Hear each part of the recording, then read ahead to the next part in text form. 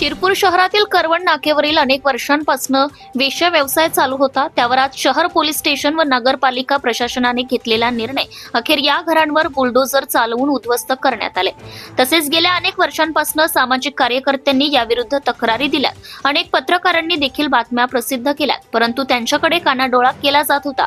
अखेर ही जागा उद्ध्वस्त करत असताना मोठ्या प्रमाणात गर्दी जमली आणि त्यावेळेस येथील वेश्या व्यवसाय करणाऱ्या महिला देखील आरडाओरडा केला. परंतु पोलिसांनी व नगरपालिकेच्या कर्मचारी यांनी अखेर बुलडोझर चालवला. यामध्ये शहर पोलीस स्टेशनचे पोलीस निरीक्षक यांना शहरातील मांडर चौफुली परिसरात काही महिलांकडून देहविक्रीचा व्यवसाय चालू आहे या संबंधित दुर्लक्ष झाल्यामुळे अखेर कठोर पावले उचलण्यात आली आहे.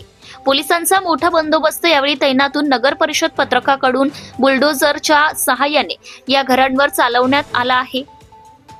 या संयुक्त मोहिमेमुळे परिसरातून अवैध धंदा अखेर बंद झाला आणि करण्यात आलाय. तर सदर कारवाई वरिष्ठ पोलीस निरीक्षकांच्या आदेशाने किशोर कुमार परदेसी, एपीआय हेमंत पाटील, पीएसआय पौर्णिमा पाटील, महिला पोलीस कॉन्स्टेबल रोशनी पाटील, नितीन सोनवणे व डीबी पथक, दामिनी पथक, महिला कॉन्स्टेबल पौर्णिमा पाटील सह मोठ्या प्रमाणात नगरपालिकेचे कर्मचारी देखील अखेर स्थानिक नागरिकांनी या कारवाईचं कौतुक केलंय.